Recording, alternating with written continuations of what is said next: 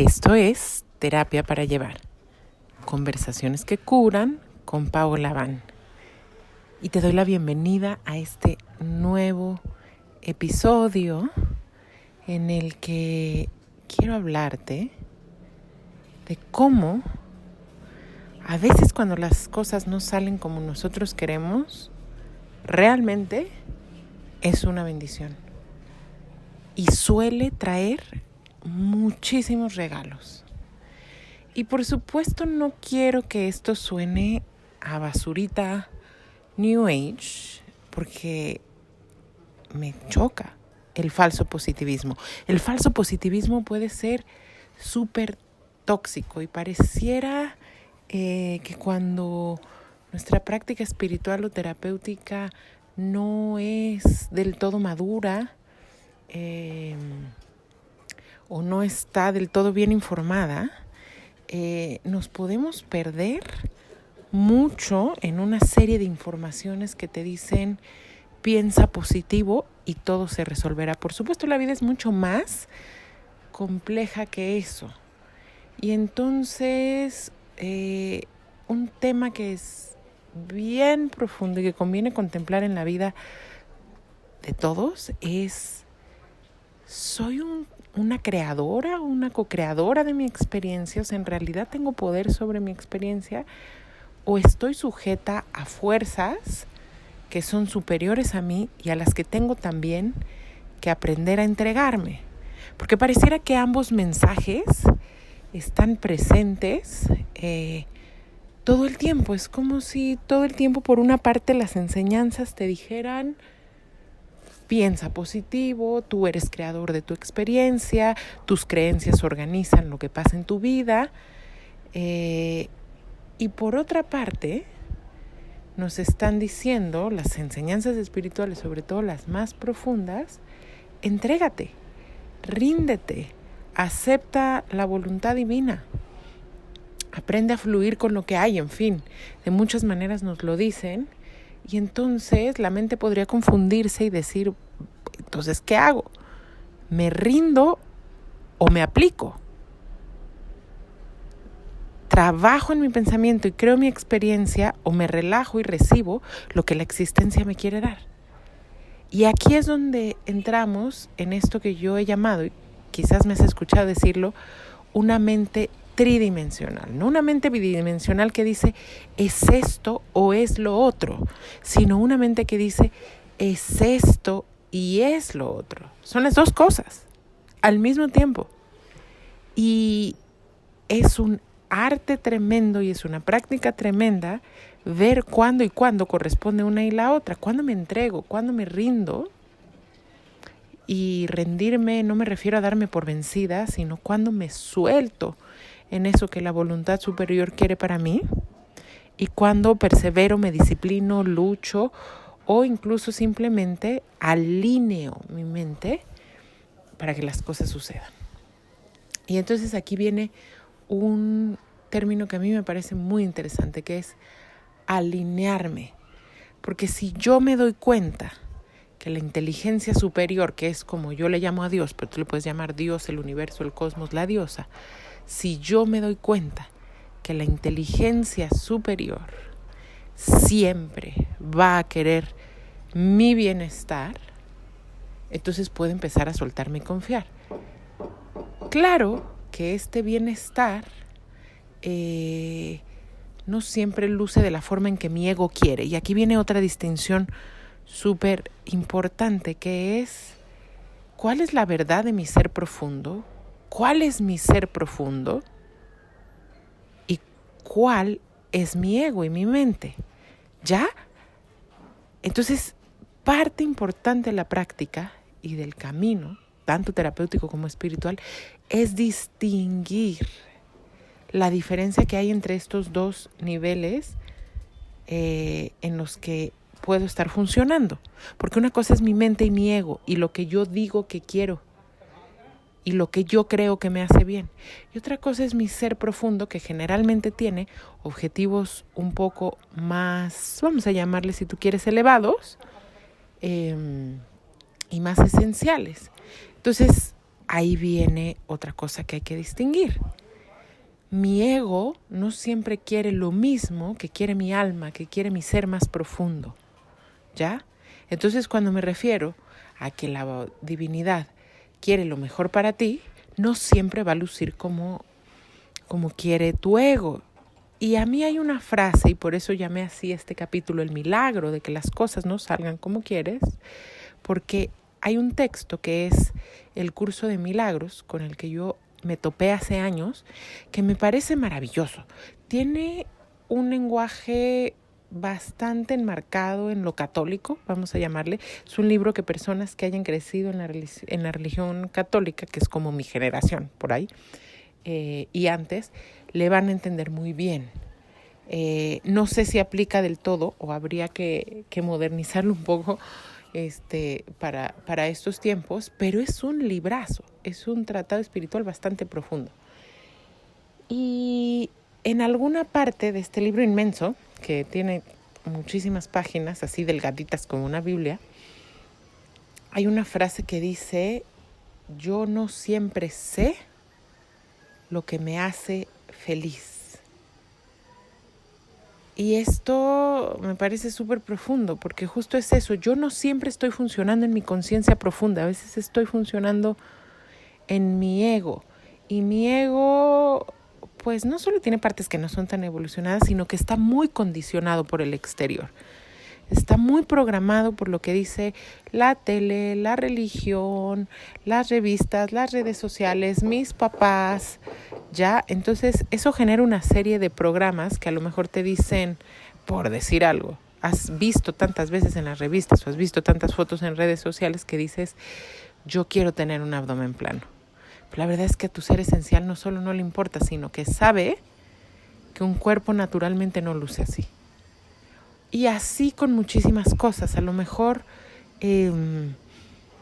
vamos a decir, tu ego y las expectativas de tus padres y los círculos en los que creciste te dicen quieres que tú debes o quieres ser un alto CEO de un corporativo transnacional, a pesar de que este corporativo se pasa por el largo del triunfo la ecología y la ética y explota a sus empleados y explota la naturaleza.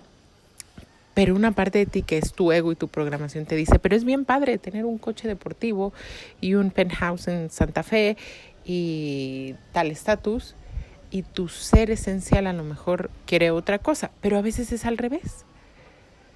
A veces a lo mejor sí quieres ser el CEO de la empresa y no te lo permites. En fin, dice el curso de milagros, yo no siempre sé lo que me hace feliz. Y entonces, este capítulo nace de nuevo de una experiencia muy personal.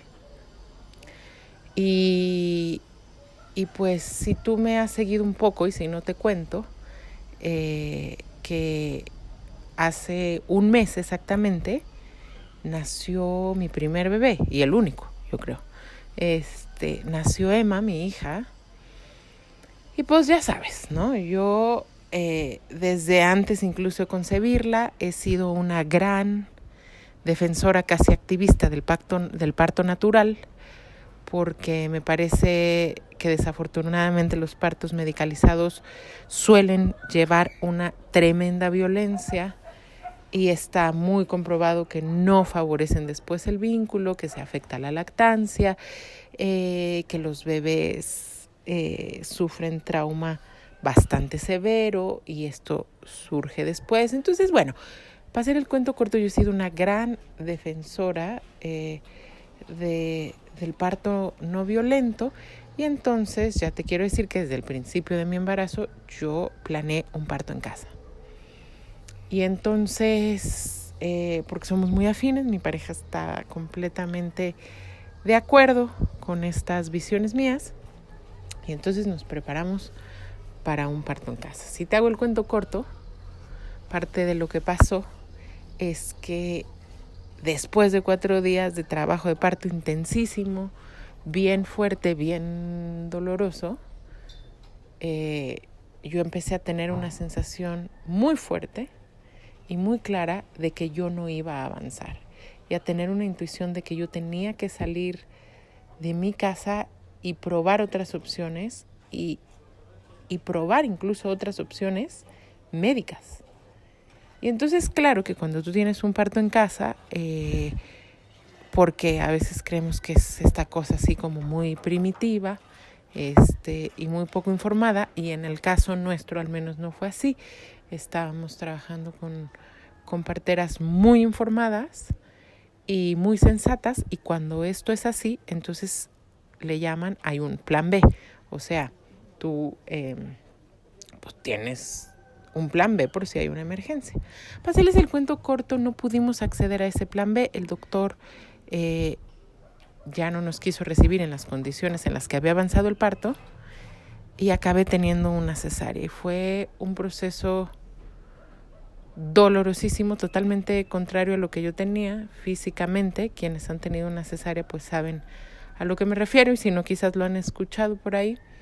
Pues es una cirugía en la que te cortan la panza a la mitad, punto. O sea, desde la panza hasta el útero, 4 capas del vientre cortadas a la mitad. Una cirugía bastante intensa. Y esto no era lo que yo quería. Pero aquí viene lo sorprendente. Un tremendo milagro, o muchos milagros y muchos regalos han surgido a partir de que esto es así. Y lo que te quiero decir es que a veces la agenda de nuestro ego, o incluso, y como ego entiéndase no algo malo, porque tampoco es que el ego es terrible, sino como ego es la idea de lo que yo soy. Esta es una buena definición. El ego es la idea de lo que tú eres, quien tú crees que eres. Yo soy vegana, no soy carnívora, por ejemplo. Yo no soy vegana, pero por decir algo. O yo soy antivacunas y yo soy no sé qué, o yo soy republicano y yo soy demócrata, yo soy católico, yo soy ateo. O sea, tenemos unas ideas muy fijas de lo que somos. Ya, yo soy monógama, yo soy poliamoroso, en fin. Entonces tenemos ideas de lo que soy, incluido yo soy muy espiritual, o a mí esas cosas me chocan. Para hacerte el cuento corto, yo no creía ser el tipo de persona que iba a acceder a una cesárea. Y entonces, pues esto era mi ego. Y no es que esto fuera malo.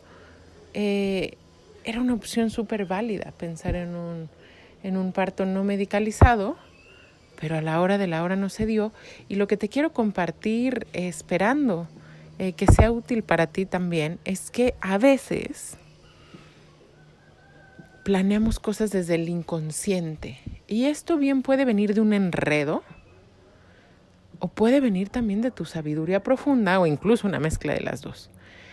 Porque cuando algo no nos sale como queremos, como nos encanta, a los que tenemos preferencias por el camino espiritual, no mames, buscar la causa metafísica. Y entonces la biodescodificación dice que la cesárea significa que no sé qué. Y entonces las constelaciones dicen, porque todo mi linaje, por cierto, esto fue fuerte, porque todo mi linaje femenino ha tenido partos naturales. O sea, yo soy la primera que tiene una cesárea. Entonces yo estaba muy confiada y decía, claro, pero pues si todas las mujeres de mi linaje han parido. Y entonces buscamos la causa metafísica y sistémica y energética y espiritual y astrológica, porque era Mercurio retrógrado y la verdad es que sirve más encontrar el pensamiento que cura, y sirve más seguir explorando más que imponer una interpretación hasta que encuentres una verdad profunda que te resuena. Y entonces aquí viene algo muy importante. Puede ser que me creas o no, pero te voy a decir algo que yo he confirmado a través de la experiencia directa. La única verdad es el amor.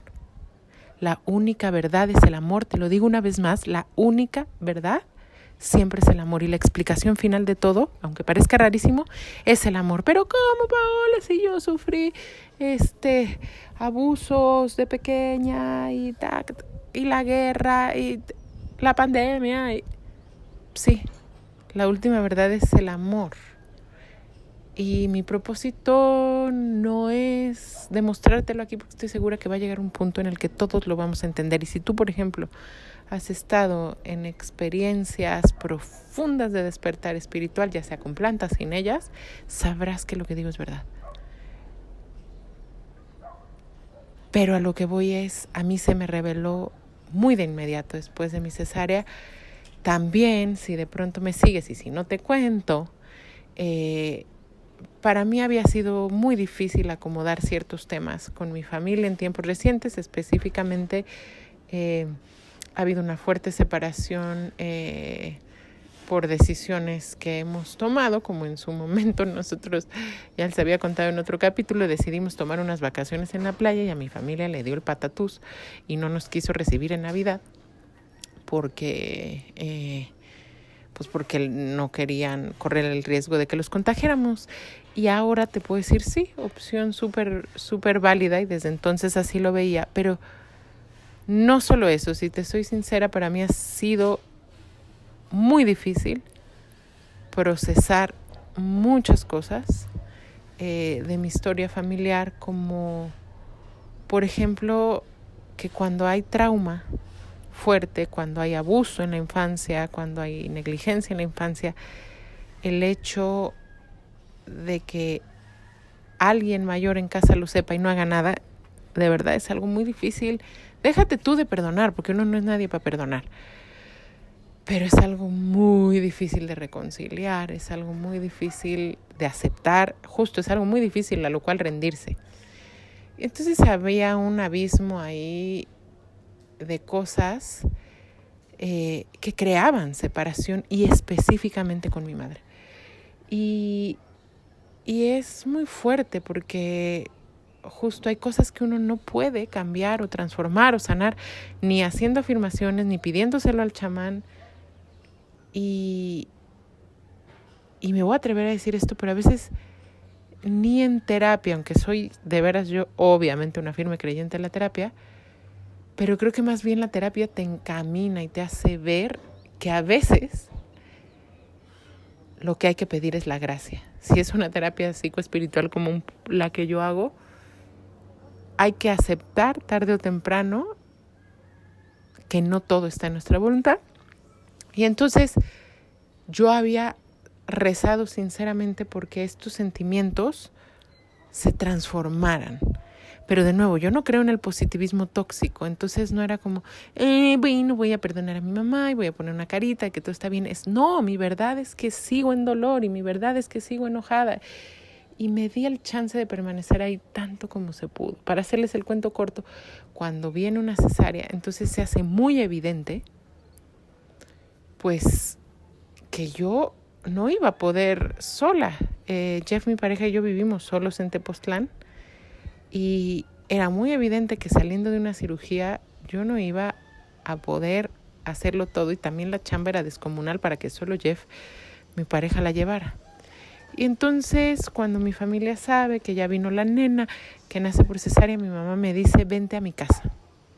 Y para hacerles el cuento corto, que ya lo dije como 10 veces, y el cuento no está tan corto, pero bueno, resulta que mi mamá se viene con nosotros a Tepoztlán. Y fue una experiencia de lo más bella porque me ha ofrecido los cuidados más amorosos, más entregados durante un par de semanas, que a mí me permitieron recuperarme de un proceso quirúrgico súper fuerte y poder estar para Emma.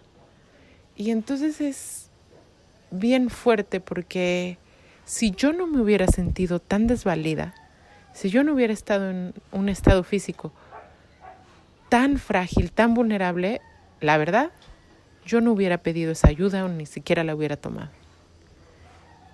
Años de trauma, años de separación, una herida bastante profunda en 2 semanas, cerrada, trascendida, compensada. Lo que mi madre hizo por mí en esas 2 semanas, no sé si así se llevan las cuentas cósmicas, pero sí que sí, las cuentas del corazón. En 2 semanas mi mamá me pagó cualquier deuda que pudiera tener conmigo, porque eso me permitió hacer una labor que era fundamental y crucial para mí, que era estar completamente entregada a mi bebé los primeros días de su vida. Y ahora pues ya tener la fortaleza pues para irme recuperando de manera un poco más independiente. Definitivamente soy una privilegiada, una suertuda de también tener la pareja que tengo que me sigue apoyando para que yo pueda estar para mi lactancia. Pero mi mensaje de hoy es en mi caso, pero también en tu caso. Y a lo mejor falta tiempo para que se revele. Pero si te alineas con esa verdad, todo lo que sea que esté sucediendo en tu vida, aunque parezca raro, doloroso, indeseable por completo, si buscamos bien y nos ponemos en el estado que corresponde y soltamos un poco, pero a la vez hacemos nuestra chamba, entonces va a llegar a este punto donde el amor se va a revelar. Y entonces hacemos o no hacemos, trabajo o no trabajo, suelto o persevero, me rindo a la voluntad divina o le echo ganas. Pues las dos cosas, te repito. Es como decía Subán, un gran amigo mío que fue discípulo directo de Osho muchos años. Y él decía, lo que hay que hacer es poner la mesa. Y tal vez el invitado viene y tal vez el invitado no. Y el invitado o la gran invitada es la divinidad. Tal vez la gracia divina se revela. Tal vez no, tal vez hoy no. Pero si tú sigues poniendo la mesa, ¿y cómo pones la mesa? La mesa es crear las condiciones. Crear las condiciones es ir a terapia. Crear las condiciones es hacer tu práctica de meditación o de yoga o de qigong. Crear las condiciones es darle buen alimento a tu cuerpo. Crear las condiciones es cuidar tu palabra, tu pensamiento. Y así, crear las condiciones es cuidar el entorno en el que vives. En fin, como cada quien crea las condiciones, a lo mejor es ir a hacer austeridades en la montaña o asistir a una ceremonia de plantas. Crea las condiciones, no te quedes quejándote amargamente por lo que no ha salido bien. Crea las condiciones y entonces el espíritu y el amor se va a revelar en algún momento. Mi nombre es Paola Abán, soy psicoterapeuta. Y en este momento no estoy dando consulta porque, como te conté, estoy dedicándome de pleno y de lleno a la lactancia por unos meses, pero por ahí de noviembre a más tardar en enero creo que estaré de vuelta. Mientras tanto, te invito a conocer la página de pachamamita.mamitatierra en Instagram. Y hemos dejado cosas súper interesantes para ustedes, como el entrenamiento en cacao, que ha resultado una verdadera maravilla. El cacao, por cierto, gran compañero mío en estos días, abriendo corazón y dándome energía para este tiempo de posparto. Pero bueno, ya me desvío otra vez.